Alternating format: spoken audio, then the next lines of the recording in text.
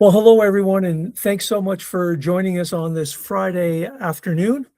I'm David Monroe, CEO of OWI, and I'm pleased to welcome you all to this webinar entitled How to Protect Your Dental Clinic Against AI-Related Cyber Threats.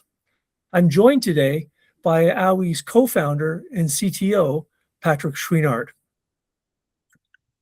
For a little over 2 years now, I would say, AI has become an essential topic and is now part of daily life in many dental clinics, as well as in our own personal lives. We all know that it can save time, improve communication, draft documents, create procedures, analyze information, and support certain repetitive administrative tasks. In short, it offers tremendous potential for teams that know how to use it well. But as we have seen throughout human history, every innovation brings its share of risks. While health professionals are gradually discovering the advantages of artificial intelligence, cyber criminals have already integrated this into their methods. And that is exactly what brings us here today to discuss this topic with Patrick, our co-founder and chief technology officer at OWI, as I mentioned. Patrick, you and I worked together at RSA Security in the early 2000s, but you began your cybersecurity and information security career over 30 years ago. Today at OWI, we help dental clinics improve their cybersecurity, and we work with several dental associations and health sector organizations to develop awareness programs adapted to the reality of clinical teams. Now, for today's session, I believe you have set up our webinar so we can accept questions from our audience. Could you take just a moment and show everyone how they can submit a question if it comes to mind for them? Oh, absolutely, I can. Thank you, by the way, for the great introduction there.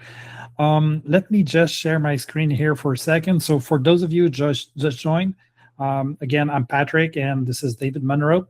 And here I'm going to share you very quickly how you can ask or submit one or even multiple questions if you wanted to. So if you see my screen right now, what you should see is this. If you need to ask a question, in Google Meet, what you can do is click on the 9 little dots at the bottom right corner. When you click on those, a small menu will appear, and in that menu, you have Q&A. And when you click on Q&A, then you'll have a button in there to say just ask a question. So just click it, enter your questions, and we'll see it pop on our screen. So that means that at this point, if you want to ask again one or multiple questions, please do not hesitate. If we don't answer it right away, again, no worries. It will be queued and we'll be able to answer it a little bit later. So if that's good with you, let's move on. Yeah, absolutely, Pat. And just one little clarifying point. I'm not sure if any of our audience members have this as well, but on my laptop, I don't get those small 9 dots in the bottom right corner. What I get is a little symbol that looks like 2 pens or pencils in a cross. So if you happen to have that as well, that's how you can access it. Hey, you're possibly right. I'm using a Mac, so sometimes the menus are different between Macs and Windows. So absolutely. That being said, again, I don't want to confuse anyone, but you're right. If the menu is slightly different, just look for that piece of the menu. So it's always a pleasure to conduct these webinars with you, Pat. So let's just jump right in and get started. Well, thank you. And thank you. Very happy again to be here with you, David. Good. Always a pleasure. So thank you for everyone showing up. Yeah. So could you tell us what worries you most about AI as an information and cybersecurity expert? Wow. That's a very large question. But if you think about it, AI is a big subject, and we all use it every day, sometimes without even seeing or knowing that we're using it. It used to be that when you went on Google, you would just type a keyword or maybe a phrase, and it would use a search engine to start searching on the internet. Nowadays, guess what? Google kind of got rid of their old algorithm, and now they replaced it with AI, and you get the answer with AI. So if you think about it, I use AI pretty much every day, and you probably use AI without even knowing it every day. But that being said, AI has got a tremendous amount of improvement in the past few, maybe 4 or 5 years, or even better in the past 2 years. And cyber criminal use AI just as much as you do, if not even more than you do. They learn very, very quickly, and they use AI not in order to protect themselves, as you might think, but in order really to attack you. So AI is just really a new way or new tool that you can use to improve your work, to be better, just like when the internet came in, or people started using emails, or when you saw smartphones appear and remote work being more and more in use, especially since the pandemic. Well, guess what? AI is pretty much the same thing. It does allow people to do work that used to be a lot of manual work and do it faster and smarter. But same thing for cyber criminal. So artificial intelligence is pretty much the tool that now everyone is using. And let's not talk necessarily about algorithm or technical stuff. We'll try to talk more about the reality of your clinic. What is really happening out there? How the bad guys are using this stuff maybe to try to attack you, but also what you can do in order to protect your practice, but also use AI a little bit smartly. So that's a great introduction and kind of high-level overview of why we're here today. So let's jump into a few concrete examples of the risks you've observed through your interaction with our clients. The risk, as you know, you work in cybersecurity too, and you've seen the risk change over time. But when you think about AI, the biggest change that we see is really the democratization, if you want. And I'm not even sure I'm pronouncing that right. I think you did a pretty good job. But sophisticated attack used to be the work of a very small few groups of cyber criminal. And there were maybe 1,000 or maybe 5,000 of them around the world, or I don't know how many groups there are really. But nowadays, using AI allows those groups, but not only those groups, but pretty much anyone, any malicious person that wants to do something bad, to be able to create a very sophisticated attack without a lot of knowledge. And that changes a lot for everyone. That means that everything, again, is going a lot faster than it used to. And there's only a few things that we can do to try to change that. Just a quick example. So you mentioned that a few minutes ago. What do I see in my world? Well, being in cybersecurity again, and having to talk to customer all the time, something that does worry a lot of customer nowadays is the advance in AI, especially specific models that were built in order to try to simulate attack, or maybe help, let's say, large organization to be more proactive. So, for example, Anthropic released a new version, if you want, of their AI called Mythos a few months ago. And when they released it, even though it was released to a very small group of people around the world, they were able to find like thousands of new vulnerabilities within only a few hours, which would have taken a regular cyber criminal maybe months, if not years, to discover with a lot of advanced research. But that new model is able to do that.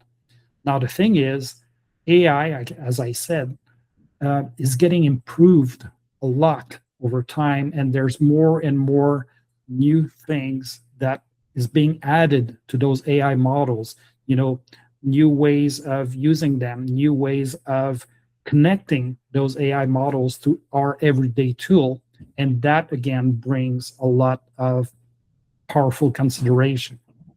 So if you think about it, Mythos kind of opened a can of worm that now everybody wants to use at different level. OpenAI just followed up with a new model also that is very similar to Mythos that people can use. But if you think about that, using it to defend yourself is one thing, but the bad guys are trying to use it to attack you. And that, again, is a little bit scary.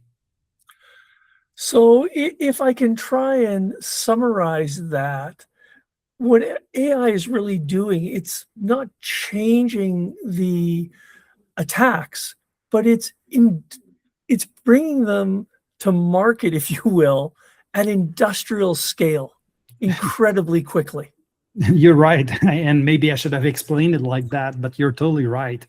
AI industrialize, the way that the cyber criminal used to attack an organization. So if you think about it, if a bad person wanted to attack an organization before, what they needed to do is do a bunch of research. So find out more and more things about that organization. Try to create maybe a fake website to attract them. But to be able to attract them to that website, maybe create one or two or maybe multiple emails that would try to lure the users to that fake website.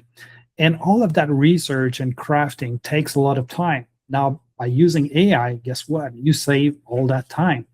You can just possibly go into an AI agent like ChatGPT, for example, and say, oh, can you craft an email that looks like it's coming from a dental clinic supplier, from a Canadian supplier somewhere, and ask them about invoices or changes in invoice statements, etc.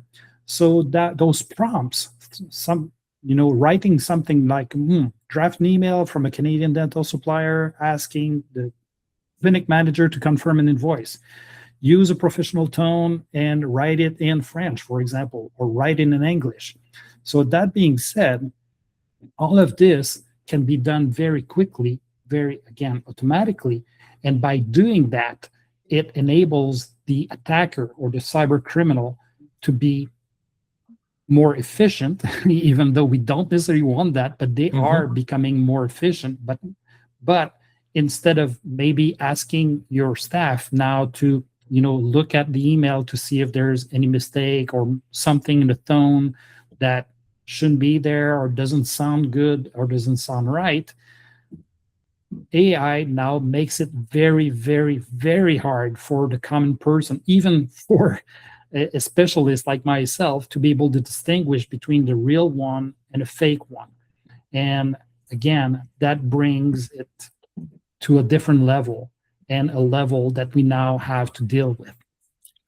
So for dental clinic, what it means that instead of just going with a regular training and saying, oh, you know what, if you see emails that sound weird or that have this or this type of mistake or are coming in weird hours, please be careful.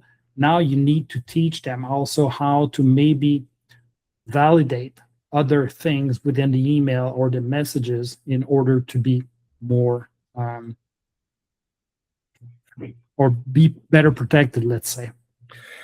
It really has polished up how they try and engage a client. Like you say, those spelling errors or grammatical errors or those simple things that told you that something was just a little off are typically not there anymore. Not only they're not there, but again, it comes a lot faster than it used to. So it is really, truly remarkable how much AI is changing every aspect of our business and our personal lives. If I can try and summarize my understanding, it seems that AI is disrupting almost every aspect of cybersecurity. It improves criminals' ability to produce much more sophisticated and personalized phishing attacks. It can reproduce not only emails, but also fake calls using cloned voices and even video calls. One of the things our family has done, we've created a safe word so that if a family member gets an outreach that seems like it really is our eldest son, we can just say, what's the safe word? And if they can't come up with it, you just hang up. AI can reproduce not only emails though, but also fake calls, as I mentioned, using cloned voices and even video calls. Yep. It facilitates fraud involving extremely credible fake suppliers or fake invoices. Unsafe use of public AI tools such as ChatGPT or Claude, which a lot of us are using all the time. If you use those with patient data, then you may be creating data leakage risks. And even the AI we use to take notes or draft emails could be used against us, couldn't they? Absolutely. And everything you just mentioned there are different types of risk. And I didn't even mention all of them, but you're totally right. Deep fake is a way of life nowadays. I had a friend not too long ago who received a call, and she was in her kitchen, just picking up the call. And the call, she was listening to it, and she thought, oh, this is my daughter calling. But she looked around, and at her kitchen table was her daughter sitting there. But the voice on the other end of that call really was like a clone of her daughter's. And it was like an emergency. She had a car. The voice on the other end was saying she went into a car accident and she needed money, etc. But again, she was looking at the daughter at the same time that the call was coming through. So if you think about it, if they do it for individuals at home, they also do that for small clinics. They also do that for for hospitals. They do it for everything. Anytime that they think they can get away with it and they can get money out of it, they'll try it. Absolutely. So your trick about the passphrase or passcode somehow is excellent, because that's what we need to teach everyone. So to use a term from a decades old show, the $64 question then becomes, how can a clinic, a dental clinic, and if we think of our guests today, some of them might be from large DSOs, some might be from practice owners that own, 4, 5, 6 clinics, but still the backbone of the Canadian dental industry marketplace is, single or 2 practitioner clinics, and they're not big businesses. So how does a clinic deal with all of this without truly breaking the bank? Well, that's another big question. So dealing with it, I think the first thing to do is talk about it with your employees or with the other employees within the clinic. So as you know, and as I just mentioned a few minutes ago, there are different examples out there, and AI accelerates threats like nothing we've ever seen before.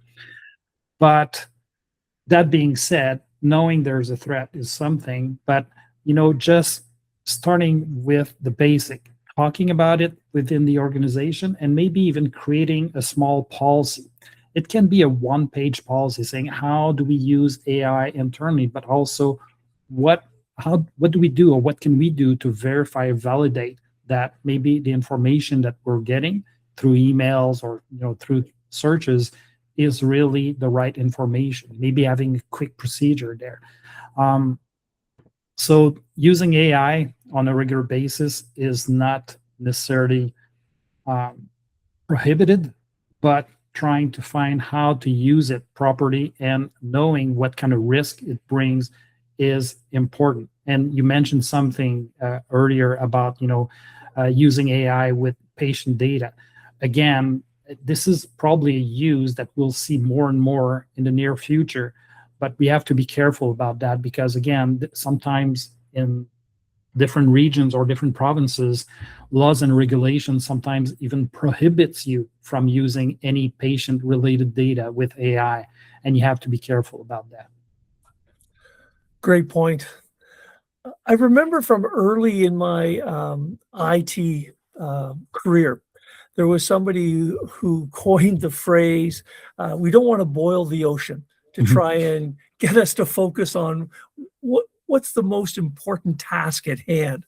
Yeah. So through that frame of reference, where should a clinic start on this journey, Pat?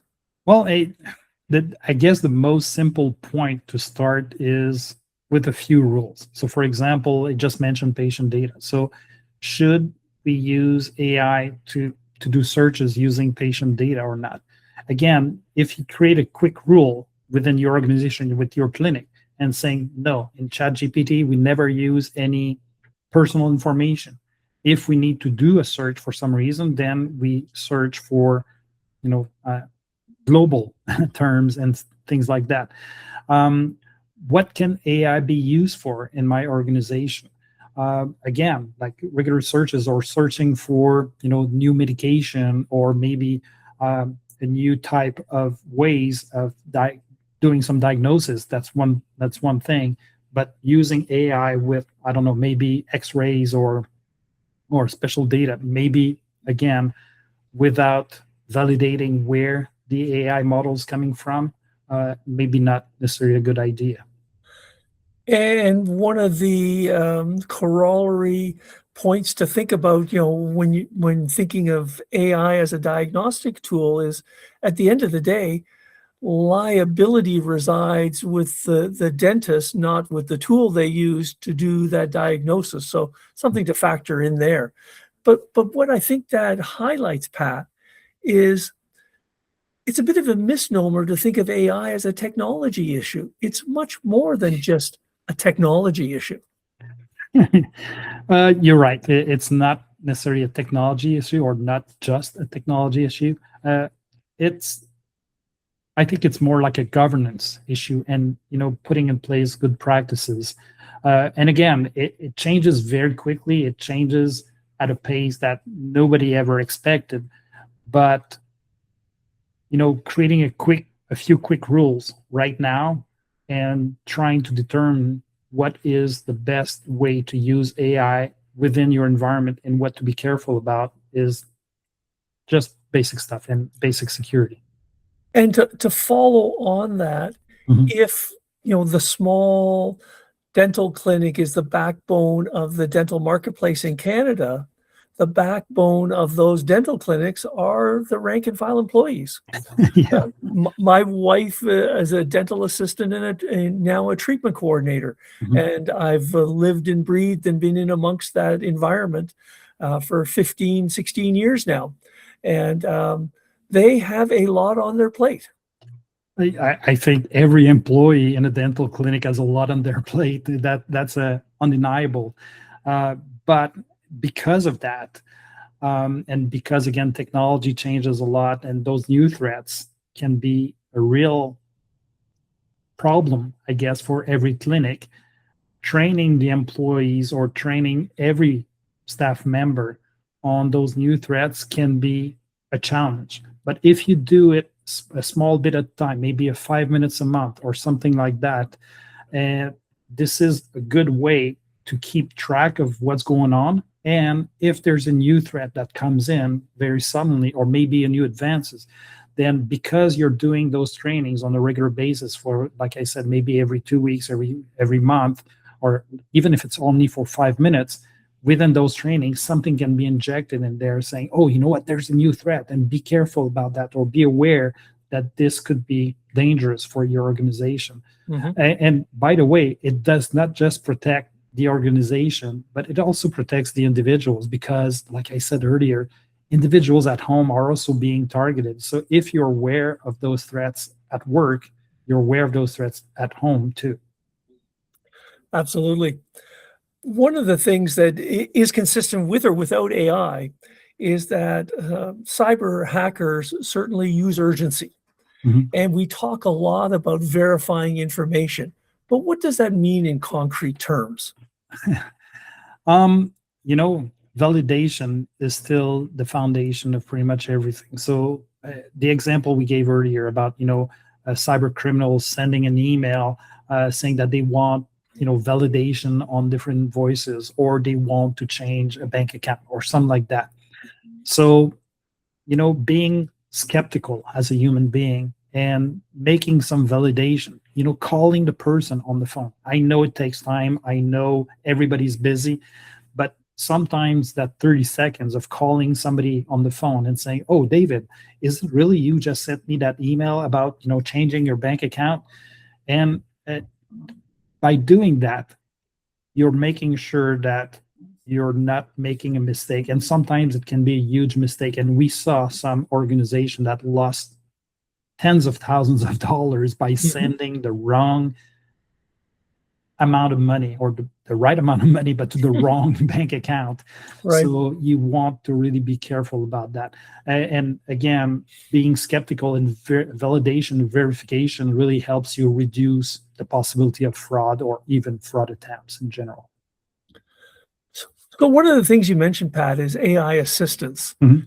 Should we be limiting their access in the dental clinic environment? That I think the first reflex is say, yeah, we should absolutely, we should limit it, and not necessarily limiting the access to the AI assistant itself, but limiting what the AI assistant should have access to. So, for example, there's some tools now that you can install on your computer, and you can allow that tool to access all of your files, including patient data, if there's any.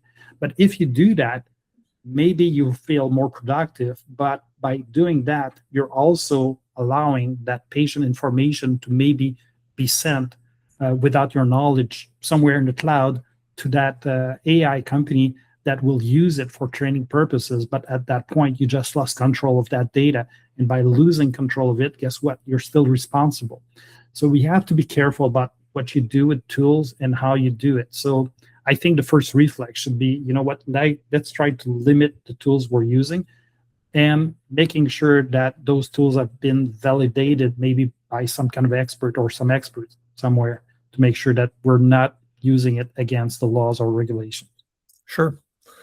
Going back 20 plus years in our careers, we met at RSA in the multi-factor authentication world, and we've been hearing about that now for decades.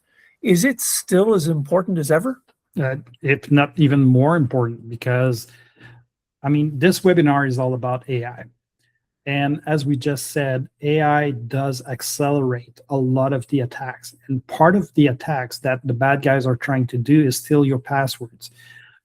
So if they're able to get your password to access maybe, files online, I don't know, like let's say your Gmail account, where you have access to Google Drive. And in Google Drive, you're storing patient information or whatever type of information.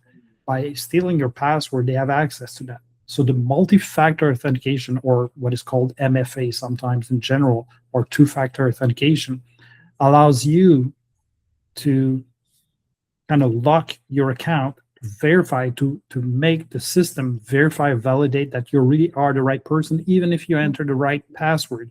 So you go to Gmail, you enter the right password, and then suddenly it's going to ask you for the code that is only on your cell phone. So if you do not have the cell phone, you cannot get into the account. And that's a very good way to protect most of your account. And it's also something that most cyber insurance are asking for even nowadays. So you still need to do it. That's a great practice. And for a clinic manager who's not a cybersecurity expert, what action should they take? You know what?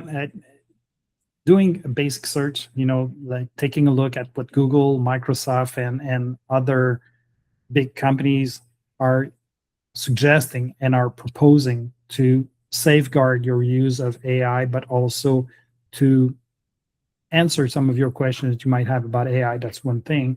But developing cyber reflexes within the organization. So that means, and I know I mentioned that a little bit earlier, training staff. You don't need like a 6-hour training that everybody needs to attend within the same week, etc. But just a little bit of training every now and then. Like I said, every 5 minutes once a month. So that's 60 minutes a year total. But that helps prevent a lot of these attacks. And talking about AI, talking about those risks internally. Just kind of building a quick culture about cybersecurity. I know, again, it's a big word, everybody's busy, but it's small things that you can do here and there to help them think. And when I mean them, I mean all the staff members and the employees think a little bit more about cybersecurity, again, for their own safety, but also for the clinic safety. Sure. So Yeah. I think that this is all things you can do. Sorry. It's certainly a journey going from, what many lay people would consider being unconsciously incompetent in a subject to eventually getting to unconsciously competent. It takes time, and probably mixed in amongst everything else that a busy dental clinic has to do, just taking a few minutes a month to keep it front and center, to keep dripping the content to them is a way to break down those barriers and to make it top of mind. Mm-hmm. Pat, Absolutely. Yeah. Pat, this was once again a very insightful conversation. Every time we do one of these, I find I'm learning new things. So I'm sure our audience is as well. It's fascinating to see all of this evolve, but at the same time, we can say it's also a little frightening, I would say. But hey, before we move on to questions, and I've seen a few come through that I'll get to in just a moment. If participants were to remember just one message from today's discussion, what would you like to impart on them? Well, I think there's probably more than one thing I would like them to remember, Sure. but as you just mentioned, AI is changing extremely quickly, a lot faster than most, I guess, humans are used to. Nobody ever thought it would move that fast. And again, it brings a lot of good things for everyone. It makes some work a lot smoother, a lot easier to perform. Yep. But it also brings a lot of challenges, including legal challenges, but also cybersecurity challenges. So from a good practice perspective, just again, discuss it, create maybe just a base policy. And it doesn't need to be like a 20-page document. It can be just like a one-pager saying, okay, we know AI is going to be a great tool. This is what you can use AI for, and those are the things you cannot use AI for or with. And just to make sure that everybody knows about it. And again, teach your staff about cybersecurity.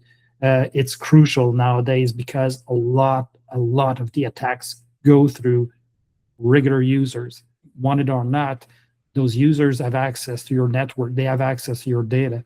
And this is what the bad guys want to have access to. So they just go through the users. Thank you for that. 3 questions have come through. Let me get to these quickly. I know we're at 32 minutes now, so let me get to these, but I think they're important. And the first one I absolutely love. We talked about the backbone of the dental community being the small single practitioner dental clinic. So we have a question. We are a small clinic with 10 employees. Are we really a target? Short answer, yes. And it's probably the question that I hear the most. A lot of people, I think, in the industry or everywhere always think, oh, you know what? We cannot be a victim. We're not big enough. We're not NASA. We're not, Royal Bank. Nobody wants to attack us. But guess what? You are really a target for cyber criminals because you do deal with patient data or confidential information. But being true or not, it's not my business to say, but I think the perception from a cyber criminal perspective is that there's a lot of money in healthcare in general, so they want to be able to get their hands on your money. So again, yes, you can be a victim, and yes, you are a target. Another question here. How do we know whether employees are already using AI tools in our clinic? Again, without going too far, sometimes there are ways to know. There are different technology tools that you can use to find out if you're using them. There's a great chance that a lot of people, even friends and families, are using AI, sometimes even without knowing it. I just installed a new iPhone yesterday. I bought myself a new iPhone. I didn't upgrade for like 5 years, and I decided to upgrade. And guess what? One of the new options in that iPhone is, do you want to install the new Apple AI? Like, Okay, maybe, I don't know, Mhm. but it does come with it. And sometimes, again, you use it without knowing. So maybe just asking the question, like, are you using AI, and asking that question to your staff and employees themselves is maybe a great way to find out. But again, there are different technology tools nowadays that you can use to not only validate, but also monitor what kind of AI is used, but also the type of information being sent to AI. So this way you can limit the risk by using those tools. This last question, Pat, and I apologize because you've been having to be kind of the provider of challenging information today. Mhm. So someone has asked, Patrick, are you optimistic about the future? I think it would be easy to say no, but that's not true. I am fairly optimistic about the future because, you know what, it's not the first time in history that innovation is being used by the bad guys.